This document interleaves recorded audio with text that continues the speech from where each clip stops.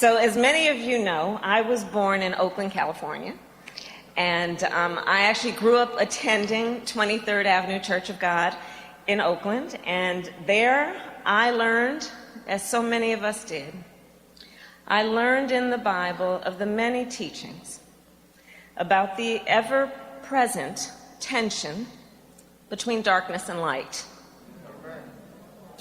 And I learned in those moments how important it is to recognize the power of faith. Through the darkness, faith and our faith reminds us that we are not alone.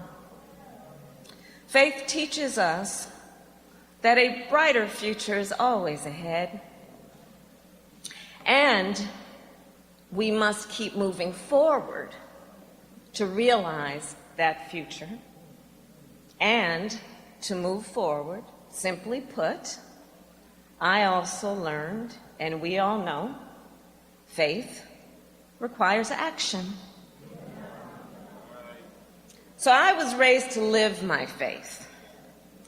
Marching for civil rights, my parents pushed me in a stroller. That was faith in action.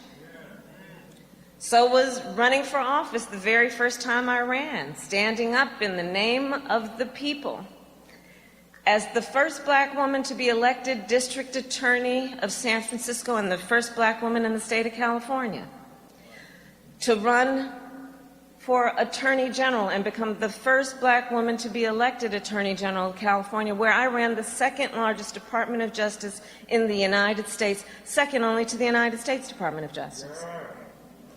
Standing up as the second black woman in the history of the United States Senate to be elected to the United States Senate. And then placing my hand, yes, on Justice Thurgood Marshall's Bible when I was sworn in as Vice President of the United States.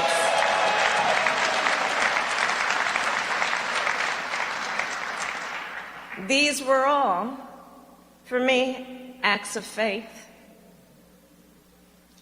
born out of being taught to believe in what is possible and what can be, unburdened by what has been.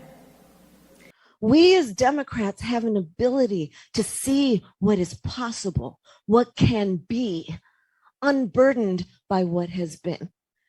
The rights guaranteed in our nation's Constitution, driven by the ability to see America as it can be, unburdened by what has been.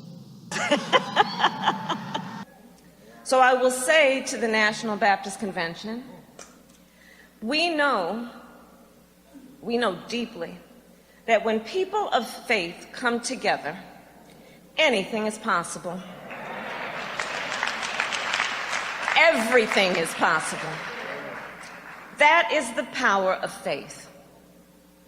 Just think, after slavery was outlawed in our country, the founders of this very convention came together to protect the freedom of worship. As black people in our nation battled racist laws and ideologies, men and women of the cloth were the leaders of the civil rights movement in America. And they then, following the teachings of Christ, built coalitions of people of all faiths and races and walks of life, because they understood and knew the importance of the collective. They did not declare, "I shall overcome."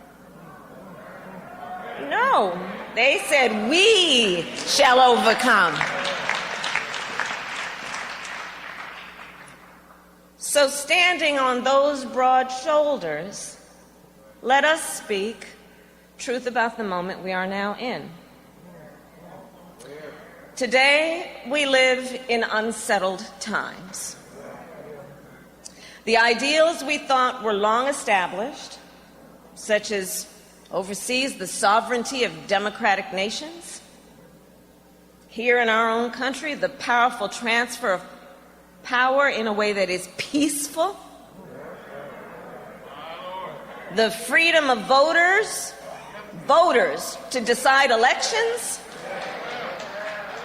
the freedom of women to make decisions about their own future,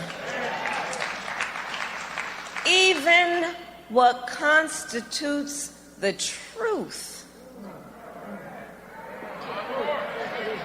These ideals now hang in the balance.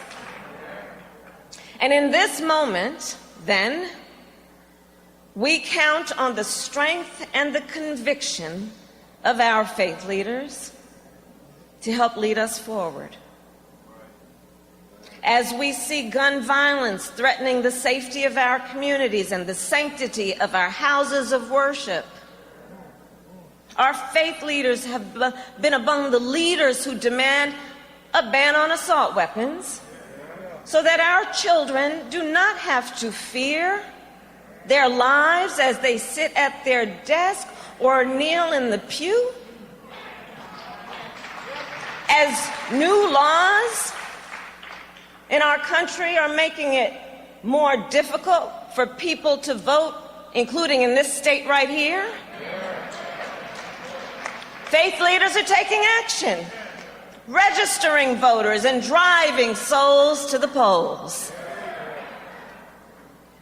Because, like generations before, we all know the freedom to vote should be sacred. And our democracy must be defended. We must continue to see America for what it promises to be, what it can be, unburdened by what has been.